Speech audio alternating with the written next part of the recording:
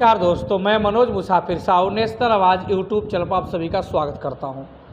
अब आपको मालूम है कि माननीय सुप्रीम कोर्ट ने ये क्लियर कर दिया है कि एससी कोटे में भी रिजर्वेशन के कोटे में भी आरक्षण वर्गीकृत किया जा सकता है। मतलब एससी का जो रिजर्वेशन है उस आरक्षण के अंदर भी आरक्षण का कोटा लागू किया जाए। ये राज्य सरकार अपने अपने नियम के अनुसार नियम बनाए और अपने पॉलिसी के अनुसार चाहे तो क्रीमी का कॉन्सेप्ट भी ओबीसी की तरह लागू कर दे।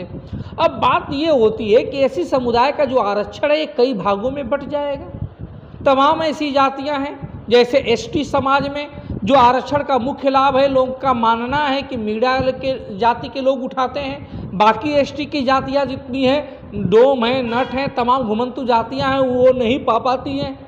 एससी में बताया जाता है कि जो जाति हैं जैसे चमार, जैसे जाटो, ये लोग मुख्य रूप से उठाते हैं। बाकी वाल्मीकि हो गया, धोबी हो गया, उस तरह से आरक्षण का लाभ नहीं उठा पाते।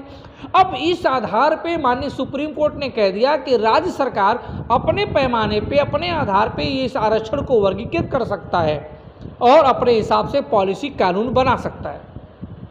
इसमें तमाम पार्टियों ने विरोध भी किया है।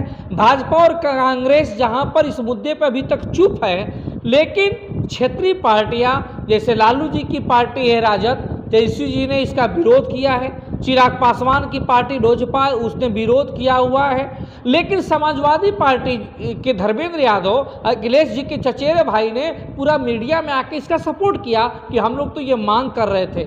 ओम प्रकाश राजभर की पार्टी ने इसका सपोर्ट किया है, संजय निषाद की पार्टी ने इसका सपोर्ट किया है। लेकिन सवाल फिर वही उठता है कि समाजवादी पार्टी अगर एससी में मानती है कि कुछ जातियों का वर्चस्व हो गया है, उस वर्चस्व को हटाने के लिए एससी की अन्य जातियों को लाभ देने के लिए आरक्षण में आरक्षण मिलना चाहिए, तो मैं माननीय सुप्रीम कोर्ट से भी पूछता हूं, मैं केंद्र सरकार से भी पूछता हूं, राज्य सरकार से भी पूछता हूं और समाजवादी पार्टी के राष्ट्रीय अध्यक्ष श्री अखिलेश यादव जी से पूछता हूं कि आप बताइए सर कि आप पिछड़ों का आरक्षण ये नहीं मानते कि सिर्फ एक दो मुख्य जातियां उसका आरक्षण का लाभ ले रही हैं, जिसमें आपकी भी जाति है।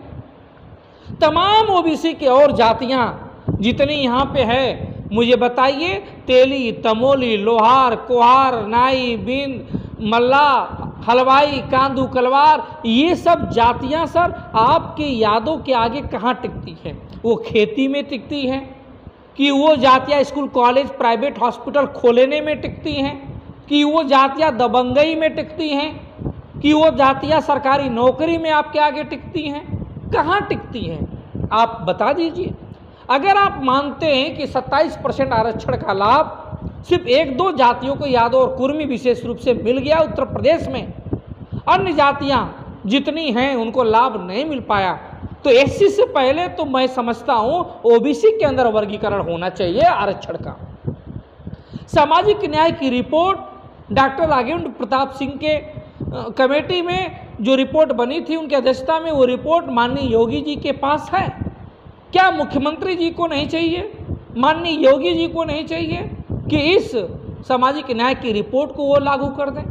सामाजिक न्याय की रिपोर्ट के पक्ष में तो भाजपा के लोग हैं ही, लेकिन साथ ही साथ उनके गठबंधन के साथ ही ओम प्रकाश राजभर भी हैं, संजय निषाद भी हैं, और हम भी अपने समाज की तरफ से इसका पुरजोर समर्थन करते हैं कि सामाजिक न्याय की रिपोर्ट लागू की जाए।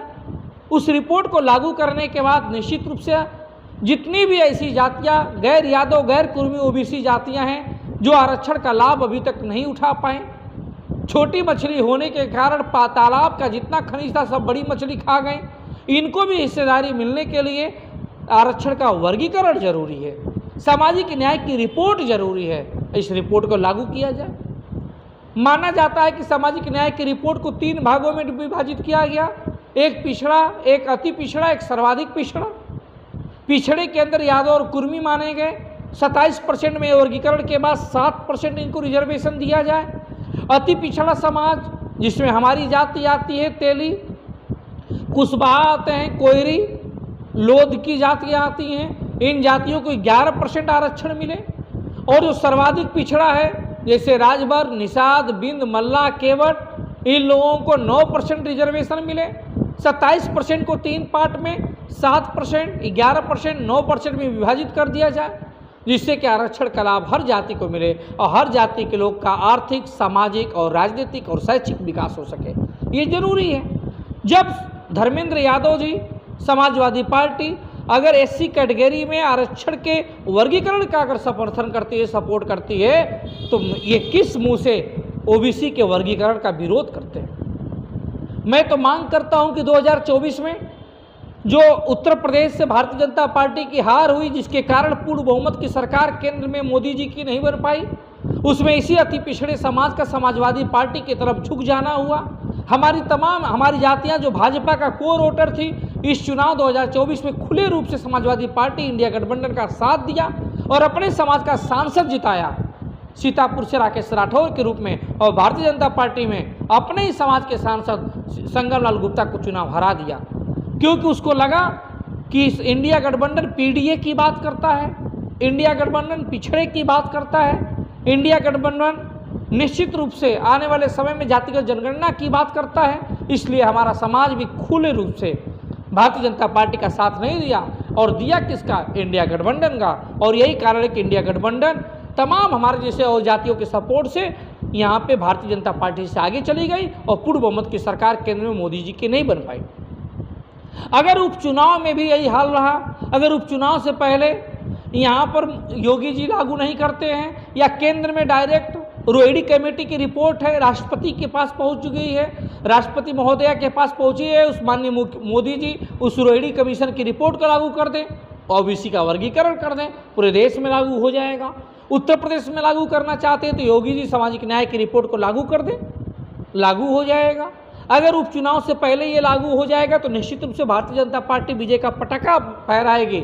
लेकिन मैं फिर बता देना चाहता हूँ, अगर इस सामाजिक न्याय की रिपोर्ट या रोहिणी कमीशन को लागू नहीं किया गया तो उत्तर प्रदेश में उपचुनाव में भारतीय जनता पार्टी को खामियाजा भुगतना पड़ेगा, और हमारे जैसे अति पिछड़े समाज के जातियाँ भारतीय जनता पार्टी को वोट नहीं करेंगे, फिर से इंडिया गठबंधन को वोट कर देंगे। जिस दिन ये ओबीसी के वर्गीकरण का सामाजिक न्याय की रिपोर्ट या रोहिणी कमीशन की रिपोर्ट लागू कर देंगे, हम फिर से भारतीय जनता पार्टी के साथ हो जाएंगे, क्योंकि हमें लगता है कि सामाजिक न्याय की रिपोर्ट या रोहिणी कमीशन की रिपोर्ट लागू होने के बाद हमारे समाज जैसे अन्य अति पिछड़े समाज, सर्वाधिक पिछड़े समाज को भागीदारी मिलेगी, और हम लोग भी राजनीति में आगे बढ़ेंगे, नौकरी में आगे बढ़ेंगे, कॉलेज यूनिवर्सिटीज में एजुकेशन में आगे बढ़ेंगे, और आर्थिक रूप से समानता भी आएगी। धन्यवाद।